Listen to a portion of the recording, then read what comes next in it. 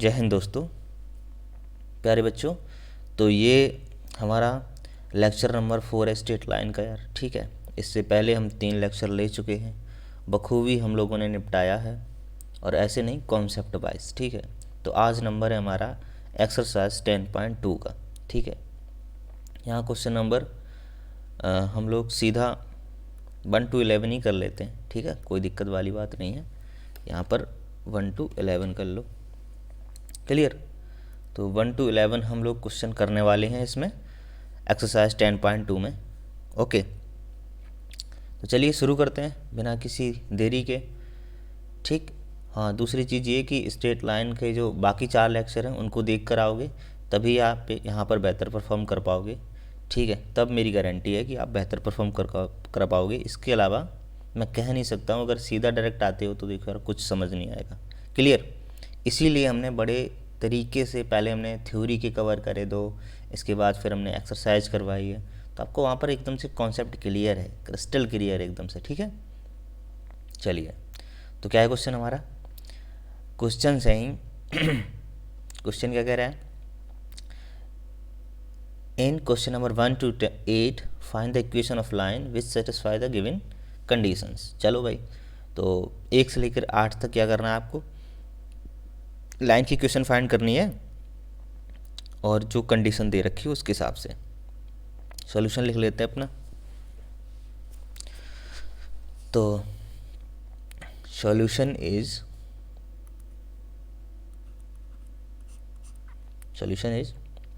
Right, पहले तो पढ़ो। Condition is what? Write the equations for the x and y axis. ठीक है भाई, तो पहले तो अपना 2 इसमें पार्ट हो जाएंगे।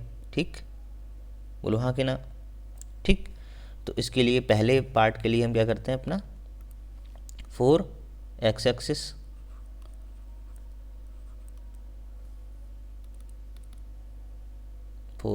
एक्सिस, ठीक, देखो हमने आपको बता रखा है पहले से, आपको फिर से बता देते हैं छोटा सा। ये हमारा रहा कोऑर्डिनेट एक्सिस, ठीक है, ये हमारा एक्स एक्सिस और ये हमारा वाई एक्सिस। ठीक, फिर आपसे हमने कहा था कि देखो भाई, हमने आपको लाइन ड्रॉ करवाई थी, जैसे हमने एक ये ड्रॉ करवा दी एक्स एक्सिस के पैरेलल। ठीक है, तो जब एक्स एक्सिस के पैरेलल लाइन ड्रॉ करवाई थी तो आपसे क्या कहा था हमने? बोलो, हमने क्या कहा था आपसे? हमने कहा था कि देखो, ये जो अगर यहाँ से यहाँ तक जो लेंथ सी है, ठीक है, अगर यहाँ से यहाँ ये ओरिजिन अपना, इस ओरिजिन से लेके ये सी लेंथ पर ऊपर अगर लाइन एक्स एक्सिस के पैरेलल है, तो हमने कहा था कि इसकी इक्वेशन क्या होगी? बोलो, हमने कहा था बाई इक्वल टू सी। क्या कहा था हमने? इसकी इक्वेशन होगी हमारी y equal to c, and c is what? 0 to origin to this point, length between origin to this point, ये हमारा बाई इक्वल टू कॉन्स्टेंट हो गया था। ऐसे ही दूसरी लाइन अगर हमने ड्रॉ कर ली थी, हमने ये भी फिर आपको पढ़ाया था स्पेशल कंडीशन में। हमने कहा कि अगर ये हमारा बाई एक्सिस है, ठीक है, बोलो बाई एक्सिस सही है, ठीक, इस बाई एक्सिस के पैरेलल अगर कोई लाइन में ऐसे खींच दूँ, क्लियर, तो बताओ इसकी इक्वेशन क्या होगी? तो फिर हमने कहा था देखो, अगर मैं इस ये जो अपना इतना लेंथ है ना, ये ओरिजिन से लेकर इस पॉइंट तक, इतना जो हमारा अगर लेंथ है, इसको मैं सी मान लेता हूँ। ठीक है, जो भी मानना हो वो मान लो, यहाँ पर मान लो पी मान लेता हूँ, तो हमारी इस इक्वेशन की लाइन हो जाएगी, बोलो क्या हो जाएगी? X equal to p, x equal to p. ठीक है, ये बात हम जानते हैं बखूबी। अब बोलो, अगर यही इस लाइन को जो एक्स एक्सिस के पैरेलल है, इसी लाइन को उठा करके हम इसी एक्स एक्सिस पर रख दें, तो बोलो ये लाइन तो पहले तो एक्स एक्सिस बन जाएगी, और जो सी था हमारा, इतना डिस्टेंस जो सी था हमारा, ये बोलो ख़त्म होकर 0 नहीं आ जाएगा? ये ग्रीन वाली लाइन है, इस येलो वाली लाइन यानी एक्स एक्सिस पर ही उठा के रख दूँ तो ये सी ख़त्म हो जाएगा, यानी सी 0 हो जाएगा। तो इक्वेशन हमारी क्या हो जाएगी एक्स एक्सिस की? वाई इक्वल टू 0, बस इतना सा लिखना है। तो 4 x axis y equal to 0, equation of line क्या हो जाएगी? Y equal to 0। पहले वाई इक्वल टू सी था, ठीक, इस इक्वेशन के लिए कितना है? वाई इक्वल टू सी है। क्लियर? अब सी, इफ़ सी इज़ 0, सी 0 हो जाएगा तो बोलो ये लाइन है, इस लाइन पर उठकर आ जाएगी। ठीक है, ये वाली लाइन इस पर उठकर आई तो ये एक्स एक्सिस बन जाएगी ना, ये क्या बन जाएगी? X axis. तो सी 0 हो जाएगी तो हमारा लाइन क्या हो जाएगा? thus equation of x axis is what, क्या हो जाएगी बोलो, y इक्वल टू 0। क्लियर, ये हमारा आंसर हो गया। y equal to 0 x axis की इक्वेशन होती है, समझ गए। ऐसे ही मैं डायरेक्ट यहाँ पे लिख देता हूँ फॉर y एक्सिस। क्लियर, अब देखो ये बाई एक्सिस की पैरेलल जो लाइन है वो x इक्वल टू पी है। अगर यही x equal to p line को बाई एक्सिस पर रख दूँ तो ये p0 हो जाएगा, है ना, क्योंकि p क्या है, ऑरिजिन से लेके यहाँ तक की डिस्टेंस है, तो ये p0 हो जाएगा, सिंपल। तो हमारा आंसर क्या हो जाएगा, x इक्वल टू 0। क्लियर, तो हमेशा के लिए इसको एकदम बखूबी से याद कर लो, ठीक है। इसको ध्यान से ध्यान रखना है। x इक्वल टू 0 किसकी लाइन होती है, बोलो, y equal to x axis, और y इक्वल टू 0 क्या होती, वो सॉरी x इक्वल टू जो 0 होता है वो y एक्सिस की इक्वेशन है, और y इक्वल टू 0 हमारी x एक्सिस की इक्वेशन है। क्लियर, चलिए पासिंग थ्रू, अगली इक्वेशन, इस इक्वेशन लाइन की इक्वेशन फाइंड करनी है। Passing through point -4,3 with slope 1/2। Okay, चलो इसका सॉल्यूशन लिख लेते हैं। देखो कहाँ से पास कर रहा है, देखो हम आपको बता चुके हैं कि अगर लाइन की इक्वेशन फाइंड करनी है तो या तो 2 पॉइंट मिल जाए या फिर 1 पॉइंट और 1 स्लोप मिल जाए। तो हमको यहाँ पे क्या दे रखा है, 1 पॉइंट और 1 स्लोप।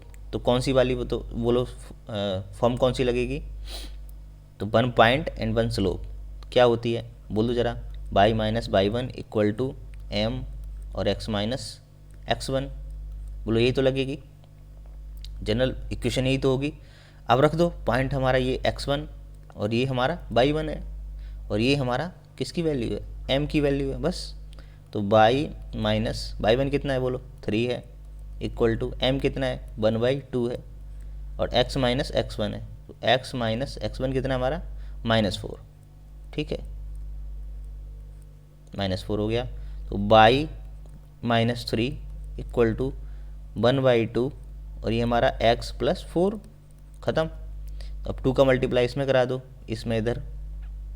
क्लियर, तो 2y हो जाएगा और माइनस का 6 हो जाएगा, इक्वल टू x प्लस 4। इसको अच्छा से लिख दो तो ये x इधर आ जाएगा, तो 2y माइनस x। क्लियर, और ये हमारा 4 था वो इधर ही आ जाएगा, तो कितना बन जाएगा, माइनस का 10 इक्वल टू 0। ये हमारी एक्सिस की इक्वेशन आ गई, सॉरी लाइन की इक्वेशन आ गई, ठीक। क्लियर, तो इसको हम लोग एक बंद कर लेते हैं बॉक्स में। बोलो कुछ था इसमें, कुछ नहीं था। क्या था, एक पॉइंट आपको दे रखा था, passing through line, find the equation of line passing through this point and this slope. तो हमारा स्लोप गिवन था, m की वैल्यू रख दी, x1 y1 की वैल्यू रख दी, ख़त्म हो गया सवाल। बोलो कोई सवाल, यहाँ तक कोई दिक्कत नहीं, और दिक्कत है तो हमको कमेंट बताओ क्या दिक्कत तुमको आ रही है, हमें भी तो पता चलेगी हाँ तुम कहाँ अटक रहे हो, क्या कमजोरियाँ हैं तुम्हारे अंदर, उसको देखूँ मैं, ठीक है। लिखो कमेंट में भी क्या तुम्हें दिक्कत आ रही है। यहाँ तक बोलो एकदम से क्लियर है। अब तुम ये ना कहना कि हमने कुछ देखा नहीं, आगे की वीडियो नहीं देखे हैं और फिर कह रहे हैं कि हमको समझ नहीं आया। पहले यार वीडियो देखो सीक्वेंस से, फिर नहीं समझ में आ रहा है, 2 बार देखो फिर नहीं समझ आ रहा है, हमको बताओ। क्लियर, पासिंग थ्रू पॉइंट 0,0 इन स्लोप है, क्या करना है, कुछ भी नहीं करना है। ये हमारे x1 y1 पॉइंट दे रखा है और ये स्लोप दे रखा है, बस यही तो करना है जो अभी पिछले उसमें किया था सवाल में। क्या था हमारा, y minus y1 equal to m और x माइनस x1। क्लियर है, इसमें ही रख देना अपने। तो y माइनस y1 0 है, इक्वल टू m कितना, m ही है, x माइनस x1 कितना है, वो भी 0 है। तो हमारा क्या आ गया, y इक्वल टू mx। बोलो ये नहीं आ गया, हाँ कि ना, यही तो आ गया मेरा आंसर। देखो इसको डाल लो मेथड 1। क्लियर, अब देखो हम दूसरे तरीके से बताते हैं आपको, इसी थोड़ा सा दिमाग आपका ज़िंदा है तो आप दूसरे तरीके से भी कर सकते थे। कैसे करते, यहाँ डाल लो मेथड 2। हमको पता है एक बाय इंटरसेप्ट फॉर्म पढ़ा चुके हैं आपको, y equal to mx plus C, बोलो यही तो होता है। सी क्या होता है? सी इज बाई इंटरसेप्ट, यही तो होता है C. And M is what? Slope. X और वाई तो वेरिएबल ही होते हैं, दो ही चीज़ें होती हैं जानने के लिए, एक तो एम पता होना चाहिए उसकी स्लोप होता है, और सी पता होना चाहिए बाई इंटरसेप्ट होता है। क्लियर? तो अब क्या करना है आपको, बाई इक्वल टू, भाई एम कितना है इसमें? एम ही दे रखा है, तो बोलो एम एक्स ही हो जाएगा, प्लस अब सी कितना है देखो, इसको थोड़ा सा हम डायग्राम में बना के दिखा देते हैं आपको। ये देखो, ठीक है, ये हमारा एक्स एक्सिस बाई एक्सिस है, कोऑर्डिनेट हो गए कोऑर्डिनेट एक्सिस हो गई, ये एक्स एक्सिस बाई एक्सिस। अब 0,0 से पास करेगी, अच्छा बताओ तुम, लाइन 0,0 से पास करेगी कोई लाइन, तो बोलो ऐसा ही होना पड़ेगा उसको। बोलो, एक पहली कंडीशन तो ये हो सकती है कि वो ऐसी हो, दूसरी कंडीशन क्या हो सकती है? दूसरी कंडीशन हो सकती है कि लाइन वो ऐसी हो। बोलो और कुछ भी हो सकता है क्या? कुछ नहीं हो सकता है। If this is condition line 1 and this is line 2, या तो लाइन ऐसी होगी या तो लाइन ऐसी होगी, और कोई कंडीशन नहीं हो सकती है। ठीक, कंडीशन होने का मतलब वर्टिसेस भी हो सकती है, लेकिन मेरे कहने का मतलब ये है कि कुल मिलाकर आप इस लाइन को 0,0 से ही पास कराएंगे। अगर 0,0 से पास कराएंगे तो किसी भी कंडीशन में ये हमारा जो बाई इंटरसेप्ट है वो नहीं आएगा। बाई इंटरसेप्ट कैसे आएगा? सी क्या होता है? सी अगर ऐसी लाइन कोई निकली होती ऐसी करके, ऐसी, तो ये जो हमारा इतना जो लेंथ था इस पॉइंट से लेके इस पॉइंट तक, ये लेंथ हमारा सी का आ जाता है। अब ये तो आता ही नहीं है, इसमें कहाँ आएगा? जब ओरिजिन से पास होगी तो सी तो ज़ीरो हो जाएगा। बोलो हाँ कि ना? कितना हो जाएगा? ज़ीरो। बस ये आपको रखना था। तो हमारा आंसर क्या हो गया यहाँ से? Y equal to M x, यहाँ से भी वही आंसर आएगा। ठीक, तो आपका अगर दिमाग ज़िंदा है तो आप कर सकते थे ऐसे ही बिना मतलब सोचे समझे, Y equal to M X plus C. हालांकि यहाँ से भी कोई दिक्कत नहीं है, पर आपको डिफरेंट रास्ते तो समझ में आने चाहिए, पता होने चाहिए। ठीक है, तो ये हमारा हो गया Y equal to M X plus C, से सी हमारा zero, Y intercept is zero because line is passing through origin, so we can say Y intercept is zero means C is zero, so Y equal to M X. Clear? चौथा है हमारा passing through this point. Point क्या है? 2,2√3 and inclined with X axis at the angle of 75 degree. Okay जी, 75 degree बोल रखा है उसने, तो 75 डिग्री है। अगर आप इसके लिए सोच लो पहले कि कितना स्लोप होगा। ये किसके लिए डिग्री दे रखा है उसने? स्लोप निकालने के लिए। तो स्लोप निकालने के लिए हमको टेन एम इक्वल टू क्या चाहिए होता है? Tan theta. टेन थीटा, अब थीटा की जगह 75 डिग्री है, 75 डिग्री है, जिसकी वैल्यू आपको पता है नहीं, हमको भी पता है, आपको पता नहीं है। तो आप क्या करो, इसको स्प्लिट कर लो। बोलो यही तो करोगे। क्या करोगे? इस टेन 75 को लिखोगे आप टेन 45 प्लस 30। बोलो इसकी वैल्यू तो पता ही है, 45 डिग्री 35 डिग्री की तो वैल्यू पता है, दोनों को जोड़ दोगे 75 ही आएगा। ठीक है, अब इसका टेन ए प्लस बी का फॉर्मूला आना चाहिए आपको। क्या होता है? Tan A plus tan B upon 1 minus tan A into tan B. Okay, तो tan 45 degree plus tan 30 degree upon 1 minus tan 45 degree into लगाए। ठीक है, टेन 30 डिग्री। बोलो अब इसकी खटाखट वैल्यू रख दो। टेन 45 बोलो कितना होता है? जल्दी बताओ। 1 होता है, माइनस 30 डिग्री 1/√3 अपॉन, यहाँ पर प्लस है, 1 माइनस 1 इंटू 1/√3। क्लियर? अब देखो यहाँ पर क्या हो जाएगा, √3 का 1 में मल्टीप्लाई होगा तो √3 और ये +1, ठीक है, और ये अपॉन में √3। यार ये फ्रैक्शन सॉल्व करना तो आना चाहिए। ठीक है, इसका 1 में मल्टीप्लाई करोगे तो 1/√3 ही रहेगा। इस 1/√3 का 1 में मल्टीप्लाई होते ही तुम जैसे करते हो वैसे करो। ठीक है, पर आएगा यही यहाँ पर ऊपर आएगा √3 + 1/√3 और यहाँ पर आएगा √3 - 1/√3। √3। तो इस हिसाब से क्या हो जाएगा हमारा, ये √3 से √3 कैंसिल हो जाएगा। ठीक, तो आंसर हमारा क्या आएगा यहाँ पर, m इक्वल टू आएगा 1√3 + 1 अपॉन √3 - 1। समझ में आ गई बात कि नहीं? ये हमारा स्लोप निकल कर आ गया, इसको यूज करना है हमको। ठीक है, अब क्या था, स्लोप मिल ही गया, एक पॉइंट पता ही हमको, तो क्या करेंगे, कुछ नहीं, यही करना है आपको। यहाँ पर लिख लो सॉल्यूशन भाई, ठीक है ना, आपका होगी क्या हो रहा है। तो हम क्या करेंगे अब यहाँ पर, y - y1 equal to m x - x1। Clear, हमारा ये x1 पॉइंट है कितना, 2 है, और y1 पॉइंट है हमारा 2√3। तो y - y1 है हमारा 2√3 इक्वल टू m कितना है हमारा, √3 + 1 अपॉन √3 - 1। क्लियर, और ये x माइनस हमारा x1 कितना है बोलो, 2। बस इसी को आपको सिंप्लीफाई करना है, समझ गए ना, कुछ नहीं रखा हमने, y - y1 की वैल्यू रख दी, m की वैल्यू रख दी जो कि आपने निकाल चुके हैं ये वाली। ठीक है, और इसके बाद x - 2, 2 क्या है हमारा, x1 है। क्लियर, अब यहाँ पर निकाल लो, तो ये हमारा निकलेगा y माइनस, इसका मल्टीप्लाई हम करेंगे इधर, इसका मल्टीप्लाई इधर करेंगे, नहीं तो इतना ही सही है, ये भी हमारा सही है बिल्कुल। ठीक है, नहीं तो आप क्या करोगे, मल्टीप्लाई करा लो पहले तो इसका सीधा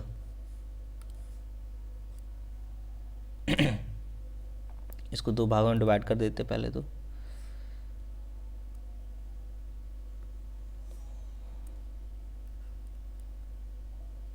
ठीक, इसको यहाँ पे सॉल्व कर लेते अपन लोग। क्या आ जाएगा हमारा, √3 - 1 का मल्टीप्लाई होगा बाई में, तो बाई और √3 - 1 ओके, माइनस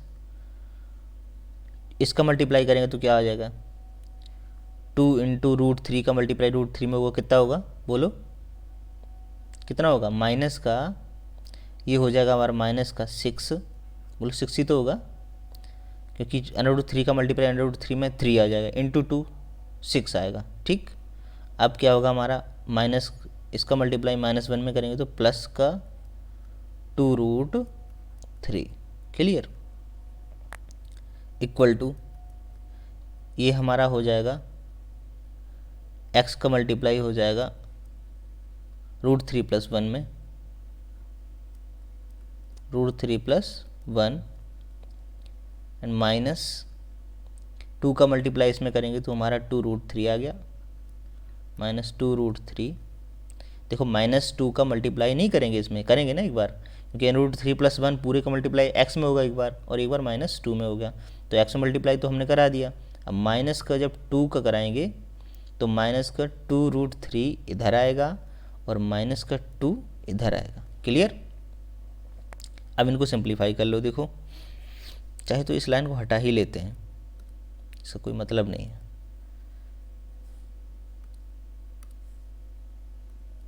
इसको भी हटाते हैं, इसको दोबारा लिखते हैं, माइनस का कितना बना हमारा 2√3 - 2, इसको हटाते हैं।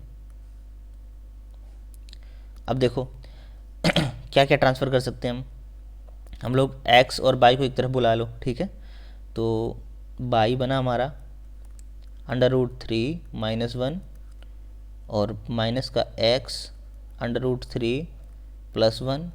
क्लियर, ये तो हमारे हो गए x y वाली टर्म। अब देखो कांस्टेंट टर्म को देखोगे तो हमारा -6 इधर ऑलरेडी है। ठीक, तो इधर -6, अब इस इधर बुलाओगे 2 को, ठीक है, 2 को बुलाओगे तो ये पॉजिटिव हो जाएगा, तो ये -4 बचेगा। इधर से -2√3 को बुलाओगे तो ये कितना बने, प्लस का बन जाएगा, तो ये भी हमारा कितना हो जाएगा बोलो 4। ठीक है, क्योंकि 2√3 और 2√3 कितना हो जाएगा 4√3, तो प्लस 4√3 इक्वल टू 0। अब देखो यहाँ पर y root three -1 minus x root three plus 1, और ये हमारा 4 कॉमन आ रहा है इधर से, ठीक है। तो हमारा बचा कितना, √3, बोलो √3 ये वाला, ठीक है ना कि नहीं, यहाँ पर हाँ 4 कॉमन आ गया है, -4 कॉमन आ गया, तो ये हमारा, इसको थोड़ा इरेज कर लेते हैं, -4 कॉमन आ गया, तो यहाँ पर कितना बचा 1, और माइनस का इधर √3 इक्वल टू 0। ये हमारी रिक्वायर्ड इक्वेशन हो गई। क्लियर। तो ये हमारी इक्वेशन हो गई, ठीक। क्लियर, इसमें कोई दिक्कत नहीं है। पहले क्या किया हमने, m निकाला, थोड़ा सा कैलकुलेटिव था पर इतना ऐसा नहीं कि कठिन था। कठिन तो था ही नहीं, क्यों नहीं था, क्योंकि हमको एक पॉइंट गिवन था और एक एंगल गिवन था, तो एंगल से हम लोग स्लोप निकाल लिए। स्लोप निकालने में थोड़ी सी कठिनाई हुई क्योंकि 75 डिग्री था, उसकी वैल्यू पता नहीं थी मेरे को, तो 10 में स्प्लिट कर लिया हमने, और इसके बाद ये अलग अलग वैल्यूज़ रखी, सॉल्व करके हमने m निकाल लिया अपना। इसके बाद में एक पॉइंट हमको गिवन था ऑलरेडी, तो उस पॉइंट से हमने क्या किया, पॉइंट को रख दिया, y minus y 1 equal to m x minus x1 में ये पुट कर दिए पॉइंट। फिर क्या करा, फिर हमको सॉल्व भी करना था, ठीक है। सॉल्व करके हमने ये अपनी इक्वेशन निकाल ली। Question number 5, intersecting the X axis at distance of 3 units to the left of origin with the slope -2। चलो भाई एक रफ डायग्राम बना लेते हैं आपके लिए। क्लियर। देखो क्या बोला है उसने, intersecting x axis at distance of 3 unit left to the origin. अच्छा जी, उसने कहा है ऑरिजिन से लेफ्ट में, कहाँ से, ऑरिजिन से, ये अपना ऑरिजिन है, इस ऑरिजिन से लेफ्ट में 3 यूनिट पर। तो बोलो यहाँ पर हो गया -3 यूनिट बोला है, लेकिन आपको इतना ध्यान रखना है कि -3 पर काटेगा ना, क्योंकि लेफ्ट में नेगेटिव होती है वैल्यूज़, ठीक। और बोला है कि इस पॉइंट से पास होगी, ठीक है, इस पॉइंट से पास होने वाली लाइन एक खींच दो। बोला है कि इसका स्लोप m है, वो सॉरी -2 है। स्लोप कितना है बोलो, -2 है, तो m इज़ वॉट, -2, कुछ नहीं है। अब तो अब इस पॉइंट के बताओ ओरिजिन, वो कोऑर्डिनेट बता दो। तो इस पॉइंट के कोऑर्डिनेट हो गए -3, 0, सिंपल। तो one point is given which is, point is कितना है बोलो, -3, 0 एंड स्लोप इक्वल टू -2। अब तो कुछ बचा नहीं इक्वेशन निकालने के लिए, क्या है, कुछ नहीं है। अब तो हमको बाई माइनस बाई 1 यूज़ करना है, equal to m x minus x1 ये यूज़ करना है। तो बाई माइनस बाई 1 कितना है बोलो, बाई 1 हमारा 0 है, इक्वल टू m कितना है, -2 है, x माइनस x1 कितना है, -3 है। तो x -3 लगाएंगे तो +3 हो जाएगा, ठीक। तो हमारा ये बना बाई इक्वल टू -2x और -6। क्लियर। तो इसको सही ढंग से लगा लेते हैं। तो बाई +2x और +6 इक्वल टू 0। कोई दिक्कत आई बोलो, कोई दिक्कत आई क्या निकालने में? कोई दिक्कत नहीं है। एक पॉइंट हमको इनडायरेक्टली गिवन था, उसने कहा क्या था, उसने कहा कि intersecting at x axis at distance of 3 but left. तो लेफ्ट में हमने मान लिया, ठीक है भाई। तो ये -3 हो जाएगा क्योंकि लेफ्ट में ऑरिजिन निकाल लिया। जब एक्स एक्सिस पर होगा तो बाई कोऑर्डिनेट 0 होगा, तो -3, 0 हो गया। और स्लोप हमको ऑलरेडी गिवन था, तो यहाँ से हमने इक्वेशन में पुट करके आंसर निकाल लिया। क्वेश्चन नंबर 6 है इंटरसेक्टिंग, ठीक, intersecting the by axis at distance of 2 units. पहले आपको ये, ठीक। अब उसने बोल रखा है intersecting the by axis at distance of 2 unit above the origin. Okay, तो +2 होगा, ठीक है। तो यहाँ पर 2 मान लेते हैं। मेकिंग एंगल 30 डिग्री, कितना, 30 degree with positive direction of x axis. Okay, तो यहाँ पर हमको एक लाइन बनानी बनती है। बोलो ऐसी बनेगी लाइन, बोलो हाँ कि ना। 30 डिग्री बोला है उसने। अब आप कहते कि सर ऐसी ये भी तो लाइन बन सकती है, ये भी वाली ये। अब गधो, ये लाइन इसलिए नहीं बनेगी क्योंकि यहाँ पर हमको एंगल दे रखा है, वो कहाँ से दे रखा है, पॉजिटिव डायरेक्शन से, यानी इधर से एंगल मेज़र करेंगे। तो इधर से एंगल इस लाइन के लिए मेज़र करेंगे तो बोलो एक्यूट दिख रहा है कि ये थीटा है, वो ग्रेटर देन 90 दिख रहा है कि लेस देन 90 दिख रहा है। यार सबको दिख रहा है ग्रेटर देन 90 डिग्री है, जो कि नहीं होना चाहिए। उसने बोला है डायरेक्ट कि यार वो विच इज़ 30 डिग्री, तो 30 डिग्री तो किसी भी एंगल से नहीं दिख रहा है, कितना है 90 डिग्री से अबव है, तो ये लाइन तो खारिज हो जाएगी। बोलो बोलो, ये लाइन तो नहीं बन सकती ना, ठीक। तो ये लाइन नहीं बन सकेगी तो फिर कौन सी लाइन बनेगी, केवल यही लाइन बन सकती है।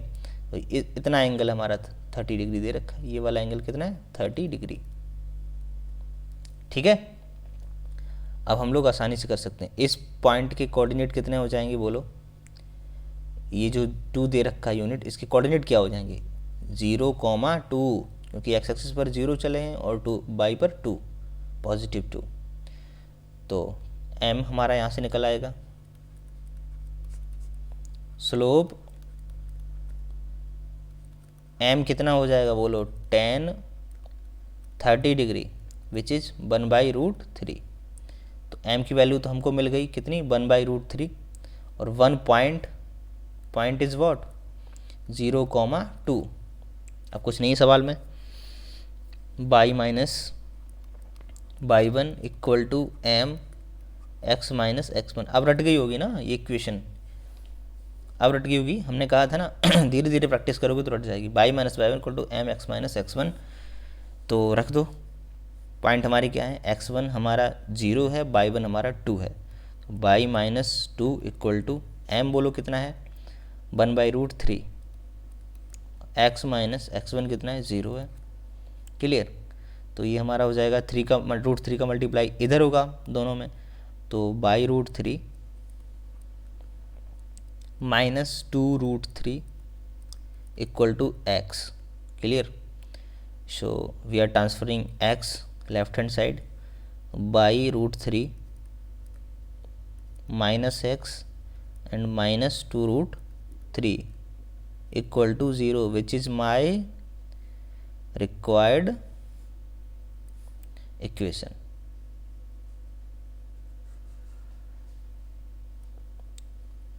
ठीक है, ये हमारी रिक्वायर्ड इक्वेशन आ गई। कोई दिक्कत हुई, कुछ नहीं, करा क्या, पूछा क्या था उसने, इंटरसेक्टिंग बाई एक्सिस, जी बाई एक्सिस पर इंटरसेक्ट कर रही है positive 2 units, but above the ये पढ़ना बनता है आपको, ठीक है। अबव द ओरिजिन का मतलब है पॉजिटिव 2 होगा, एंड मेकिंग एंगल 30 डिग्री, ठीक है, वो भी positive direction of x axis. तो जितने भी कन्फ्यूजन थे वो हमने आपको बता दी कि क्या नहीं हो सकता है, क्या हो सकता है, कैसे हो सकता है, ठीक है। फिर भी आपको दिक्कत आ रही है, then you can mention in the comment section below.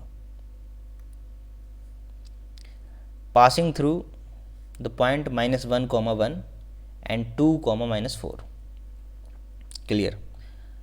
तो इसको सवाल कर लो, इसमें तो कुछ भी नहीं है, 2 पॉइंट से पास कर रहा है, तो इस पॉइंट का नाम P मान लेते हैं, इसके कोऑर्डिनेट्स है -1,1 and second point is Q, let's say 2,-4। अब देखो यार, इन 2 पॉइंट से लाइन को पास करने वाली हमने आपको बताई नहीं है, कितने बार तो बता चुके। क्या करना होता है, बाई -1 इक्वल टू, यहाँ पर स्लोप की जगह हम 2 पॉइंट से निकालेंगे, ठीक है। बेसिकली निकालना क्या होता है, स्लोप ही निकालना होता है हमको। 2 पॉइंट से स्लोप निकालना आता है कि नहीं आता है, बोलो आता है कि नहीं आता है, आता है। कैसे निकालते हैं, m equal two by 2 minus y 1 upon x2 minus x1, ठीक। तो ये हमारा 2 पॉइंट से स्लोप निकल आया, और हम रखते क्या थे, रखते तो यही थे ना, देखो ऐसे तो करते थे कि by minus by one and m x minus x1, यही तो करते थे। अब तो फिर m की जगह रिप्लेस कर दो ना। अब इस इक्वेशन में आपने देखा होगा, गौर किया होगा, इस इक्वेशन में कहीं भी सेकंड पॉइंट की ज़रूरत नहीं पड़ी है। इस इक्वेशन में कहीं भी सेकंड पॉइंट की ज़रूरत पड़ी है, केवल x1 और y1 है, कहीं सेकंड इक्वेशन की ज़रूरत नहीं पड़ी है। तो फिर सॉरी सेकंड पॉइंट की, ठीक है, सेकंड पॉइंट की ज़रूरत नहीं पड़ी, यानी एक ही पॉइंट से हमने काम चला लिया है इस इक्वेशन में। देखो x1 एंड y1, दूसरी चीज़ m आ रही है, उसी m के लिए तो हमको सेकंड पॉइंट दिया है उसने, उसको पता है कि आप m निकाल नहीं सकते हो, हमने भी m दिया नहीं है, तो उसके लिए सेकंड पॉइंट ही देना पड़ेगा। तो first point already given and second point is this, तो so we can extract the slope from 2 point, ठीक। तो डायरेक्ट हम लिख देते हैं स्लोप यहाँ पर, क्या हो जाएगा, y minus y1 equal to y2 minus y1 upon x2 minus x1, ये तुम्हारा स्लोप हो गया, और x माइनस x1 जो कि ऑलरेडी चलता है उसको, ठीक। तो ये वाली इक्वेशन आपको यूज़ करनी है, बस रख दो। y माइनस y1 कितना है, माइनस, ये हमारा x1 हो गया, ये y1 हो गया, ये x2 हो गया, ये y2 हो गया, ठीक। तो y माइनस y1 कितना है हमारा, -4, सॉरी 1 है, तो y minus 1 equal to m कितना है, y2 माइनस y1, तो -4 and -1 upon x2 minus x1 which is 2 minus -1 plus 1, ठीक। ये हमारा x माइनस x1 है, x1 means -1 then +1 minus x minus -1 करेंगे तो +1 हो जाएगा ना, ठीक। ओके, तो ये हमारा बना y माइनस 1 इक्वल टू, ये कितना बना, माइनस का 5, और नीचे कितना बना बोलो, कितना बना 3 and x minus sorry x plus 1, 3 का मल्टीप्लाई इसमें हो जाएगा तो 3 बाई माइनस का 3 हो जाएगा इक्वल टू, और माइनस का 5 इधर -5 को मल्टीप्लाई दोनों में होगा तो -5x एंड माइनस का 5, तो ये हमारा बना 3y प्लस 5x, ये इधर आ जाएगा तो कितना बनेगा +2 इक्वल टू 0। ये हमारी इक्वेशन ऑफ लाइन आ गई। कोई दिक्कत आई बोलो, कुछ दिक्कत ही नहीं थी, बस आपको इसमें रखना था, ठीक है। तो y minus y1, y minus y1 का मतलब y minus 1 equal to y2 minus y1 -4 minus 1, okay, upon x2 minus x1 means 2 minus -1 2 plus 1, okay. तो इस हिसाब से हमने इसको निकाल लिया। अब देखो हम आपको पढ़ाते हैं नॉर्मल फॉर्म इक्वेशन, ठीक। आपने अभी तक 2 पढ़ी हैं, ठीक है, 2 पॉइंट फॉर्म, 2 पॉइंट फॉर्म 2 का मतलब इस तरीके से हमने, वैसे तो मतलब 2-3 टाइप के आपको स्पेशल कंडीशंस कराई हैं, लेकिन हम ये पूछ रहे हैं आपसे कि हमने कितने तरीके आपको बताएं किसी इक्वेशन को निकालने के लिए लाइन की। तो हमने बताया कि साहब अगर आपको 2 पॉइंट गिवन हो, कितने 2 पॉइंट गिवन हो, लेट से एक a, b है, दूसरा b, c, d है, ठीक। तो आप फटाक से इक्वेशन ऑफ लाइन निकाल सकते हो, जैसे कि इसमें निकाला है आपने, 2 पॉइंट गिवन थे, निकाल दिया आपने इक्वेशन ऑफ लाइन, ठीक। या फिर आपको एक पॉइंट गिवन हो a, b and slope m given हो, तो भी आप इक्वेशन ऑफ लाइन निकाल सकते हो। इसके अलावा कोई तरीका है जो आप निकाल दो, नहीं निकाल सकते हो, ठीक है ना। अभी तक आपको नहीं पढ़ा है, तो अब हम बता देते हैं आपको कैसे निकालनी है। और भी तरीके हैं जिससे इक्वेशन ऑफ लाइन निकल सकती है, ठीक। चलो इन तरीकों को पढ़ो पहले, तो इसको 1 मिनट में पढ़ लेते हैं, अभी ख़त्म करते हैं। इसका नाम होता है नॉर्मल फॉर्म। कौन सी,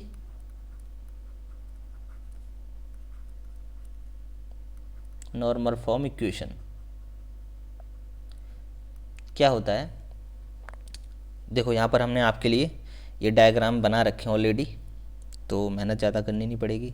देखो फर्स्ट ये पहला वाला डायग्राम देखो, कंडीशंस क्या होती हैं इसमें, कि इसमें वर्टिकल और हॉरिजॉन्टल लाइन को कंसीडर नहीं करते हैं। इसके अलावा जो भी लाइन है हमारी इसमें आ जाएगी, वर्टिकल और horizontal, pure vertical pure horizontal नहीं होनी चाहिए लाइन। इसके अलावा जो भी लाइन्स हैं, हालांकि करने को तो हम सब कर लेते हैं, क्योंकि हमको तो एंगल पता है, हम सबके साथ डील कर लेते हैं। हमने जब ऑपरेशन करना सिखा दिया तो कंडीशन किस बात की, हमारे साथ कोई बाध्यता है ही नहीं, हम तो किसी भी कंडीशन में किसी भी टाइप से कैसे भी कर सकते हैं, क्योंकि अपन लोग कॉन्सेप्ट के साथ खेल रहे होते हैं। चलो, बट हम यहाँ पर देखने वाले हैं नॉर्मल फॉर्म। तो नॉर्मल फॉर्म में क्या होता है कि जो लाइन है हमारी, ठीक है, ये तो नॉन वर्टिकल नॉन हॉरिजॉन्टल है, तो एक जनरल लाइन है।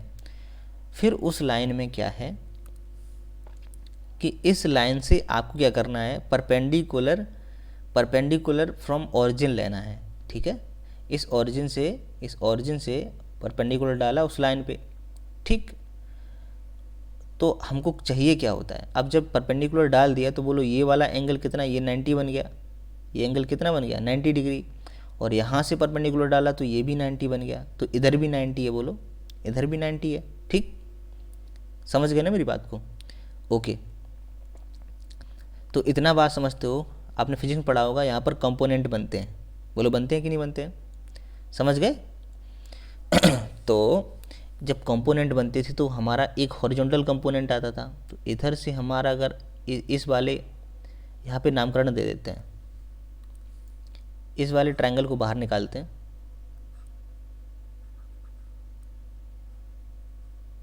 ये हमारा M हो गया, ये O हो गया और ये A हो गया, यही तो है ट्रायंगल हमारा। अच्छा जी, और यहाँ पर हमारा ये एंगल हम मान लेते हैं, इसने ओमेगा माना है, हम भी आपको ओमेगा ही मान के बता देते हैं, ठीक है।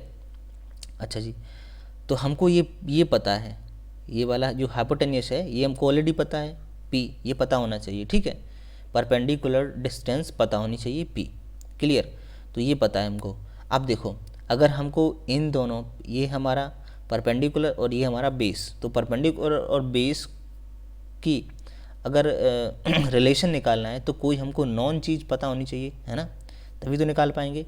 तो नॉन क्या है हमारा, हाइपोटेन्यूस है, तो हमको ऐसे ट्रिग्नोमेट्रिक रेशियोज यूज़ करने हैं जिसमें हाइपोटेन्यूस आता हो। तो कौन होता है, एक तो कॉस होता है और एक कौन सा होता है हमारा, साइन होता है, यही तो होता है ना।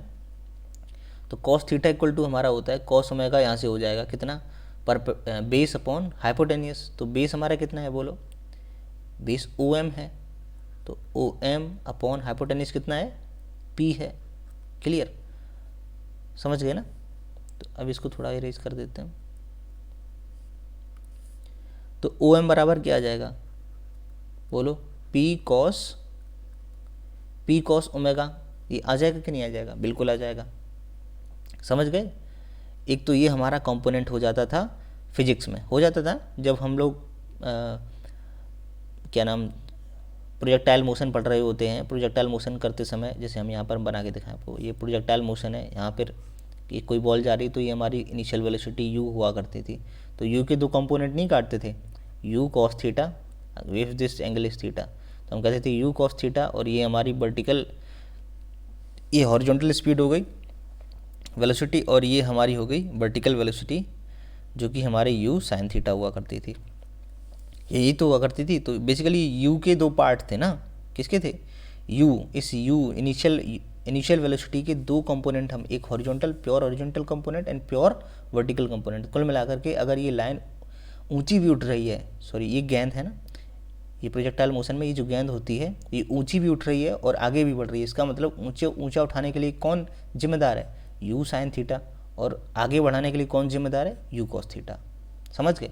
तो यहाँ से हमारी जो वर्टिकल और हॉरिजॉन्टल मोशन आती थी, इन दोनों कंपोनेंट से आती थी, जिसको मिला करके हम एक प्रोजेक्टाइल मोशन को बनाते थे, या एक प्रोजेक्टाइल मोशन बनता है, क्लियर। बस यही आपको यहाँ पर यूज करना है, बेसिकली यहाँ से ही वहाँ पे लिया गया है कॉन्सेप्ट, यही ट्रायंगल वाला है, ठीक है। तो cos omega equal to OM upon P, तो OM बराबर आ जाएगा हमारा P कॉस ओमेगा। ऐसे ही अगर हम साइन थीटा की बात करें तो साइन ओमेगा हमारा आ जाएगा, साइन ओमेगा आ जाएगा हमारा कितना, बोलो AM अपॉन P, ठीक है। तो हमारी AM की वैल्यू कितनी आ जाएगी, AM इक्वल टू हो जाएगा हमारा P sine omega, clear, P sine omega.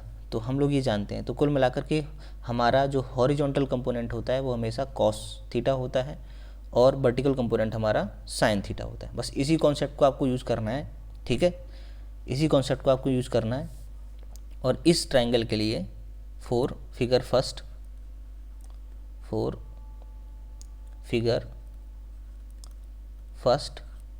अब देखो इसके लिए यहाँ पर हमको क्या करना है कि इक्वेशन ऑफ लाइन लेनी है। तो वर्टिकल कंपोनेंट और हॉरिजॉन्टल कंपोनेंट के साथ वेरिएबल लेना है, ठीक है। वर्टिकल हमारा कौन सा है, एक्स एक्सिस है, तो वर्टिकल हमारा कंपोनेंट एक्स कॉस थीटा हो गया। इस केस में ओमेगा ले लेते हैं क्योंकि इन्होंने ओमेगा माना है, ठीक है। कितना माना है, ओमेगा, तो कॉस ओमेगा इक्वल टू, ये हमारा हॉरिजॉन्टल हो गया, कौन सा होगा, हॉरिजॉन्टल, और बाई साइन ओमेगा कितना हो जाएगा हमारा, ये हमारा वर्टिकल हो जाएगा, बोलो हाँ कि ना, ठीक है। इन दोनों को मिलाकर हमारी प्योर परपेंडिकुलर डिस्टेंस ये वाला बना है ना, ये हाइपोटेन्यूस जो पी नाम का बना है, इन दोनों को मिलाकर बना है, तो बस यहीं से हमारी इक्वेशन बन जाएगी कि x cos theta, x cos omega plus y sin omega equal to p, या आप यहाँ पर ओमेगा लिया है तो आप थीटा को, हम तो थीटा को प्रेफर कर लेंगे, ठीक है, क्योंकि ओमेगा थोड़ा सा वैसा लग रहा है, तो x cos theta plus y sin theta equal to आपको क्या रटना है, पी, ठीक। पी क्या है, p is a perpendicular distance from origin, p is what, perpendicular distance from origin, और थीटा क्या है, theta is angle between perpendicular line and x axis, positive x axis, ठीक है। हमेशा आपको ध्यान रखना है एंगल कहाँ से मेजर करना होता है, पॉजिटिव एक्स एक्सिस से, समझ गए ना, पॉजिटिव एक्स डायरेक्शन से, कई बार बता चुके हैं, पॉजिटिव एक्स डायरेक्शन से आपको एंगल मेजर करना होता है, ठीक, एंटी क्लॉकवाइज। तो अब इसमें देखो हम अलग अलग एस्पेक्ट हैं, बस इतना ही अंतर है, अब ये लाइन ऐसी बन गई, अब ये लाइन ऐसी बन गई, तो यहाँ पर आपको जो ओमेगा यूज़ करना है ना, ओमेगा, ये पॉजिटिव एक्स डायरेक्शन से देखो लिया है एंटी क्लॉकवाइज, कभी ऐसा मत करना इधर से ले लो, ये चीज़, ये गलत हो जाएगी चीज़, समझ गए। आपको पॉजिटिव एक्स डायरेक्शन से ओमेगा यूज़ करना है, बाकी तो सब सेम ही है। ये देखो बस ओमेगा को आप, उसने अलग अलग तरीके से दिखाया है कि अगर लाइन ऐसी हो तो क्या होगा, लाइन ऐसी हो तो क्या होगा, आप कुछ नहीं करना है, बस आपको एक चीज़ ध्यान रखनी है कि थीटा कहाँ से लेना होता है, पॉजिटिव एक्स डायरेक्शन से, सिंपल। और किसी किसके बीच है, परपेंडिकुलर लाइन, जो परपेंडिकुलर नहीं आपने डाला है, वो perpendicular line and x axis के बीच का एंगल ये थीटा है, बस इतनी बात समझ गए, फिर कुछ भी नहीं है। Perpendicular distance from origin is 5, okay, बस वही वाला सवाल देखो आ गया, कितना बोल रखा है उसने, perpendicular distance from origin is 5 unit,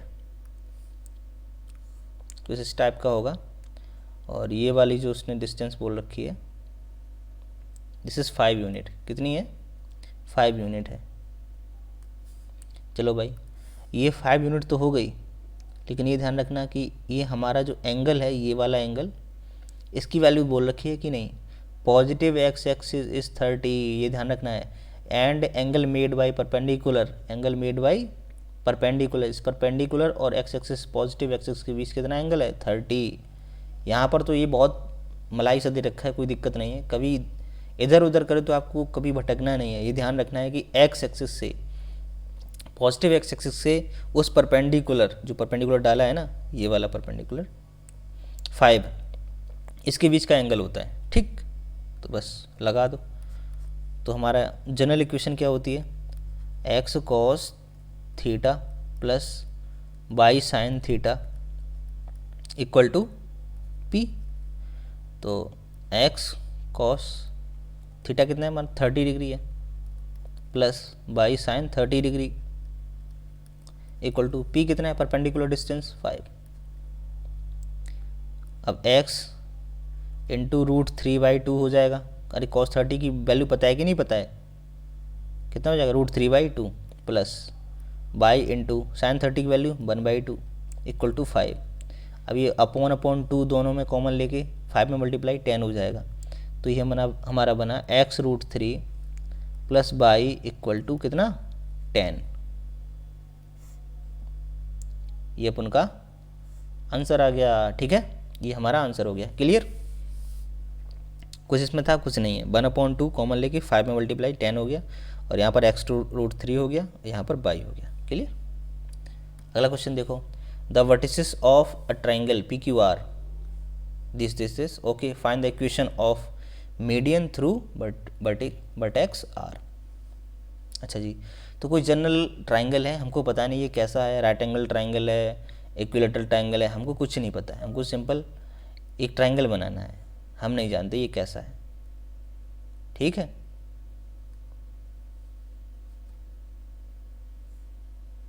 हमको पता ही नहीं है, हमको ध्यान ही नहीं देना ज़्यादा।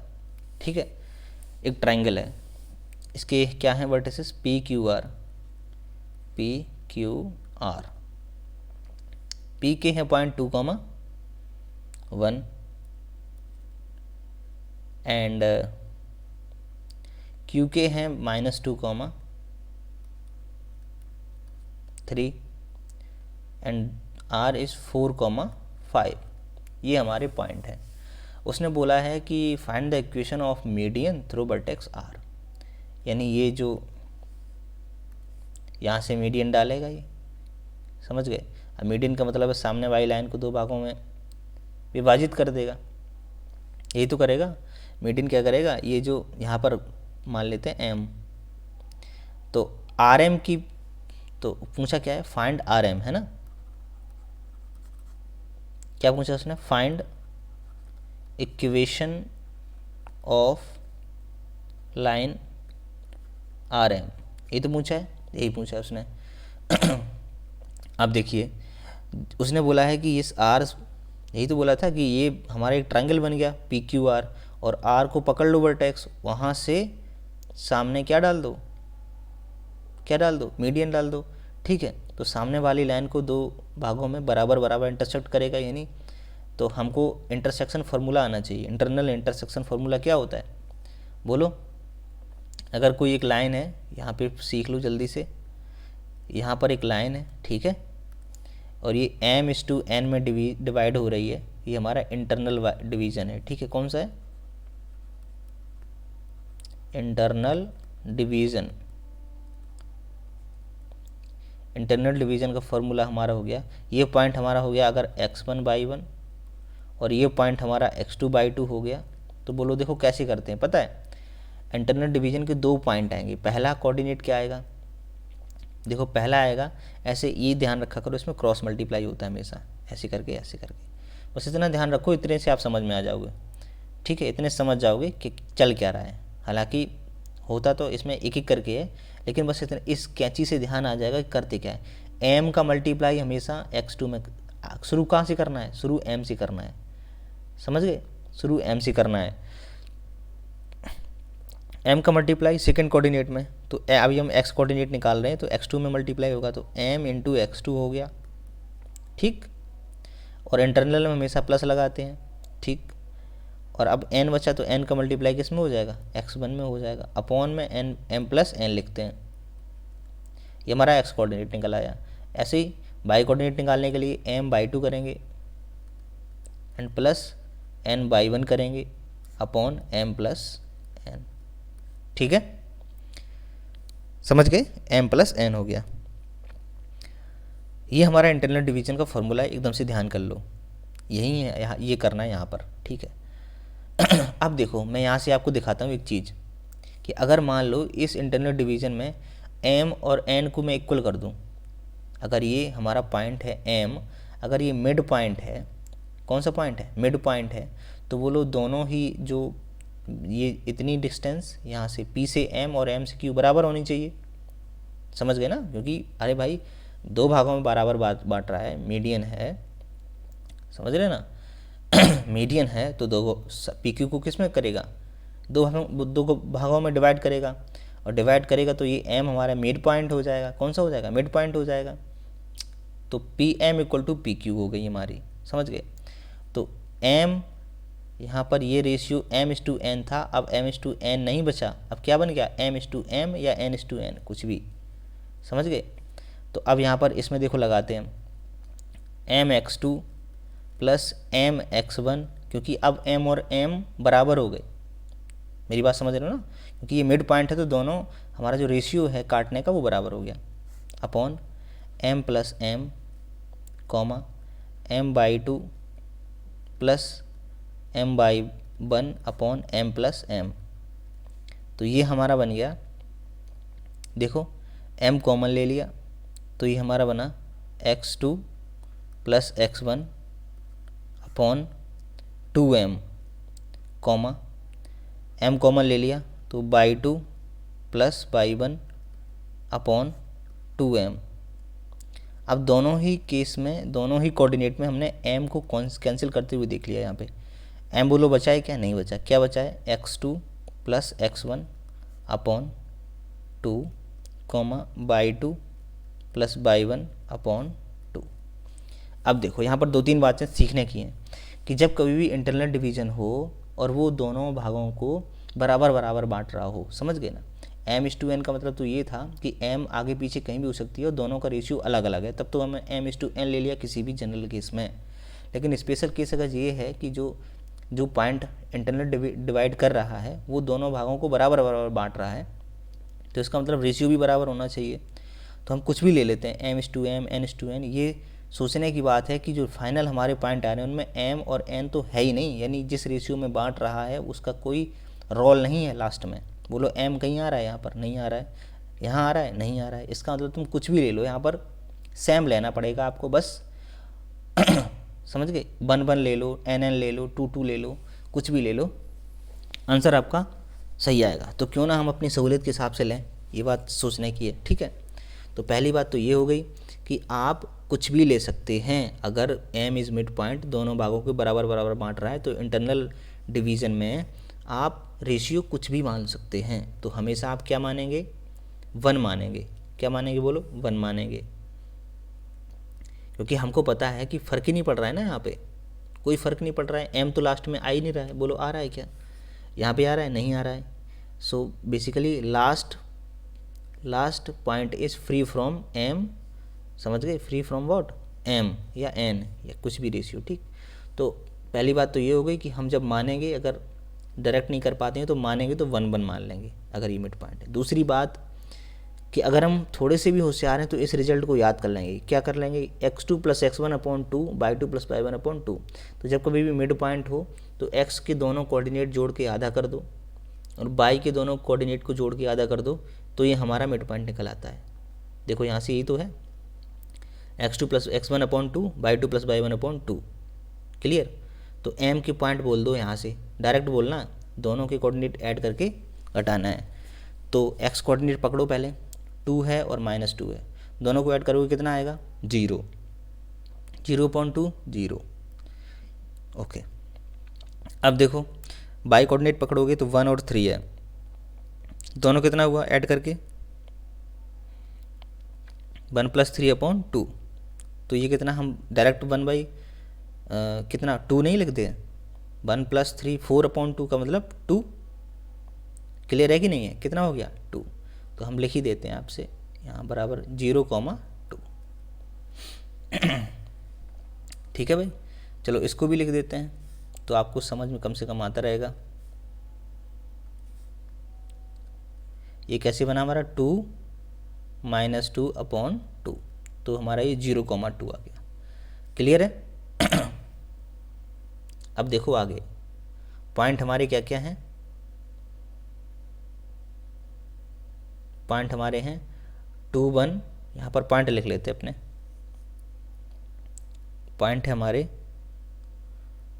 पी के पॉइंट है 2, माइनस, या इसको इरेज कर दूँ तो इसको इरेज कर देता हूँ। ठीक है, चलिए हमने हमारा इतना सब टास्क किसके लिए था? हमारा ये टास्क था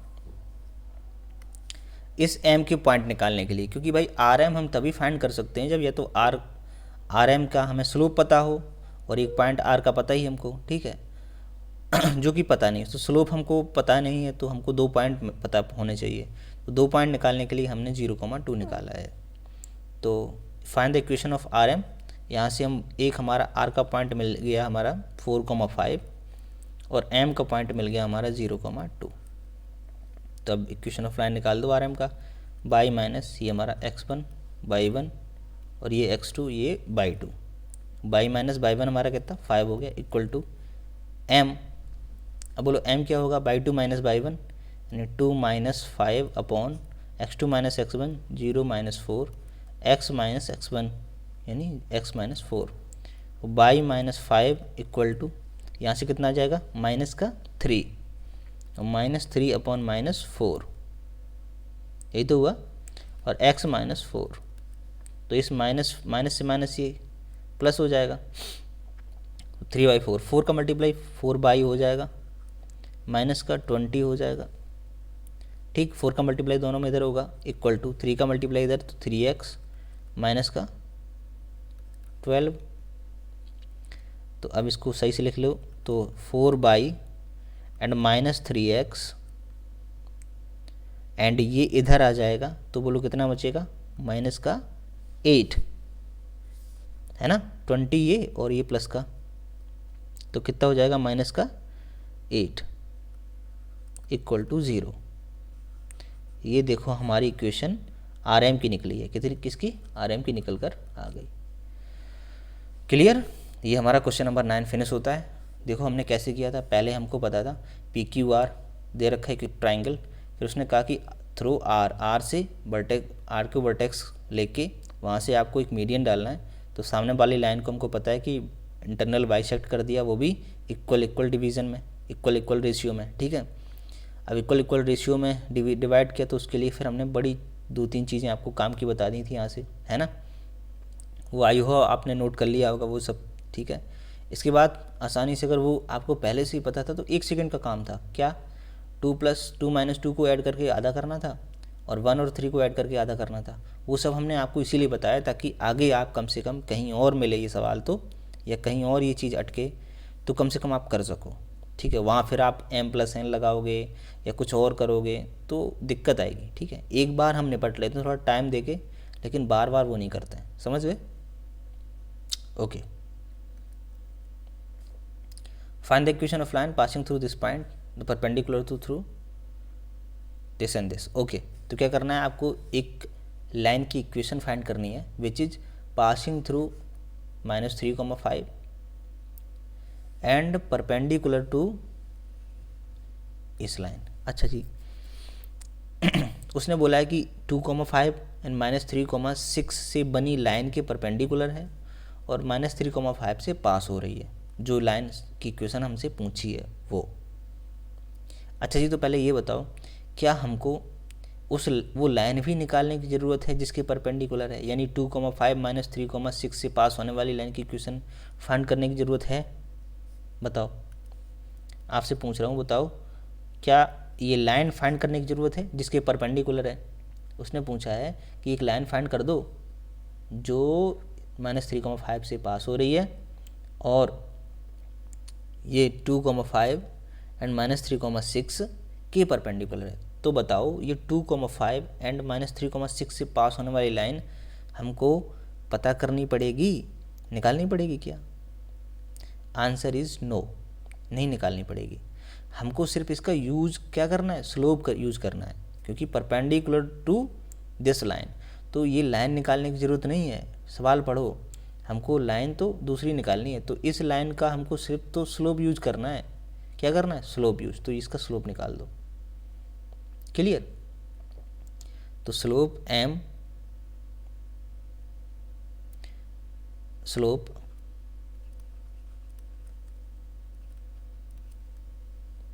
m of slope m of points 2,5 and -3,6। तो इन दो पॉइंट से पहले स्लोप जो बनेगा वो हमको चाहिए। तो m क्या बनेगा? बोलो 6 - 5 अपॉन -3 - 2, यही तो बनेगा। ठीक है, तो ऊपर हमारा 1 बन गया, नीचे कितना बना? -5।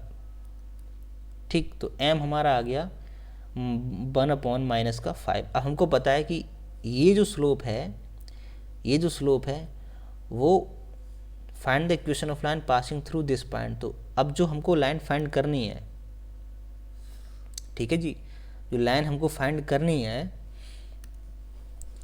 वो इस पॉइंट से पास होनी चाहिए। किससे? -3,5 से। और जो ये स्लोप है, ये स्लोप इस स्लोप के परपेंडिकुलर है ये लाइन। तो बोलो अगर दो लाइन परपेंडिकुलर हैं तो स्लोप क्या आपको यूज करना है?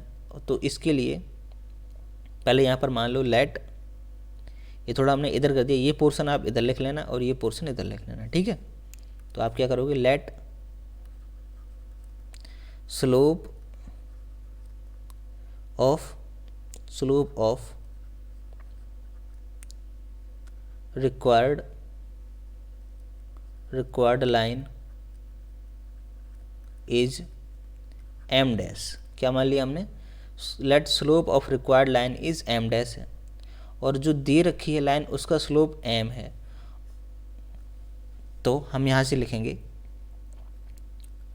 अकॉर्डिंग टू क्वेश्चन, अकॉर्डिंग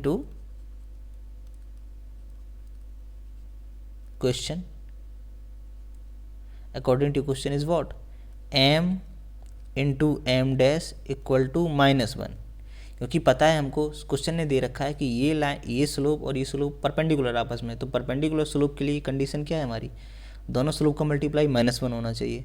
तो एक स्लोप हमारा कितना है, -1/5 है। सेकंड हमारा m डैश, इसका स्लोप पता करना है, इक्वल टू -1। तो m डैश हमारा कितना हो जाएगा, बोलो कितना हो जाएगा, बोलो -1 इंटू -5, क्लियर। तो ये हमारा m डैश की वैल्यू आ जाएगी 5। अब डायरेक्ट आपको क्या करना होता है, देखो m की वैल्यू तो 5 आ गई, ये तो ठीक है, लेकिन आपको यहाँ से सीख ये मिलती है कि अगर जो भी स्लोप है, समझ गए, जो भी स्लोप हमको यूज करना है, यानी इस लाइन जो परपेंडिकुलर लाइन है उसका स्लोप हमें जो भी आता है, और हमको जिस स्लोप जो हमको यूज करना है, और क्योंकि ये दोनों परपेंडिकुलर है तो हमको पता है कि m into m dash equal to -1, या फिर m इक्वल टू या m dash equal to 1/-1/m होता है, ये हमको पता है, पीछे वीडियो में बता चुके हैं हम। तो इसमें आपको ये देखना है कि परपेंडिकुलर वाला सीधा आपको नेगेटिव और रेसिप्रोकल कर देना है। तो बोलो -1/5 को नेगेटिव और रेसिप्रोकल करोगे तो 5 ही आएगा ना, तो यही 5 आपको इसमें यूज करना है। सो हम लिख सकते हैं m dash equal to what 5। अब कुछ नहीं बचा सवाल में, बाई-1 कितना है हमारा 5 है। अब ये पॉइंट दे रखा है, स्लोप दे रखा है, और m कितना है 5 है, x माइनस x1 कितना है बोलो 3 है, -3, तो ये +3 हो जाएगा। तो बाई-5 इक्वल टू 5x + 3, ये हमारा बना बाई-5x, ये 3 इधर आ जाएगा तो ये भी नेगेटिव हो जाएगा और ऐड हो जाएगा, तो -8 इक्वल टू 0, ये हमारी लाइन आ गई, क्लियर। बाई-5x और -8 इक्वल टू 0, ये हमारी लाइन आ गई, क्लियर। उसमें कुछ था नहीं, देखो यार, पूछा उसने था कि एक लाइन की इक्वेशन फाइंड कर दो जो -3,5 से पास हो रही है और परपेंडिकुलर टू दिस लाइन। तो परपेंडिकुलर देखो, अगर दो लाइन परपेंडिकुलर हैं तो उनके बीच स्लोप का रिलेशन हमने आपको लिखवाया है, जो कि ये है। अब आप सीधा कहोगे कि सर ये कहाँ से आ गया, तो ये गलत बात है, क्योंकि आपने देखा नहीं है वीडियो पिछला, हमने उस वहाँ पे क्लियर बताया है कि दो लाइन अगर परपेंडिकुलर हैं तो उनके स्लोप का रिलेशन होता है ये m into m dash equal to -1 या फिर m dash equal to -1/m, ये सेम ही बात है, कोई दिक्कत नहीं है, ट्रांसफ़र करोगे यहाँ से आ जाएगा, ठीक। तो ये हमको अब इन दो पॉइंट से हम स्लोप निकाल सकते हैं, ठीक, निकाल लिया। अब इस स्लोप के लिए क्या करेंगे, नेगेटिव और रेसिप्रोकल करेंगे, देखो वही करा हमने, नेगेटिव रेसिप्रोकल करके इसका स्लोप आ गया। तो एक पॉइंट और स्लोप पता है, तो यहाँ से हमने इक्वेशन ऑफ लाइन निकाल ली। अगला क्वेश्चन देखो, a line perpendicular to line segment joining this and this, okay, and divide in ratio 1:n। Same बात है कि आपको एक लाइन पता करनी है जो कि परपेंडिकुलर है किसके, इसके। यहाँ भी आपको इसके स्लोप का -1,0 2,3 से बनी लाइन के स्लोप का नेगेटिव रेसिप्रोकल रिक्वायर्ड लाइन में यूज करना है स्लोप, समझ गए। सुनो इस बात को, दोबारा सुनो जो हमने बोली, दोबारा सुनो इस बात को। चलो, और क्या कर रहा है, और इस लाइन के जो लाइन बनेगी इसको 1:n में डिवाइड कर रहा है, ठीक। तो पहले तो इनको पॉइंट मान लो, तुम, ठीक है। P है हमारा 1,0 एंड Q है हमारा 2,3, ठीक। अब ये दो पॉइंट्स हैं, अब इन पॉइंट से जो लाइन बन रही है, माना कि ये बन रही है, ठीक है। तो अब ये जो पॉइंट, ये जो लाइन बनेगी हमारी, लाइन बना लेते 1 मिनट के लिए।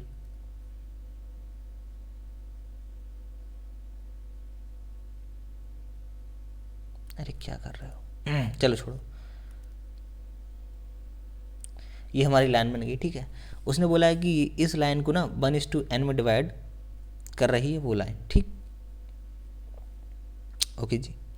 Line perpendicular to the line segment point this and this end divide it in ratio 1:n। अब देखो 1:n में डिवाइड करने के लिए आपको क्या करना पड़ेगा, इंटरनल बाइसेक्शन लगाना पड़ेगा।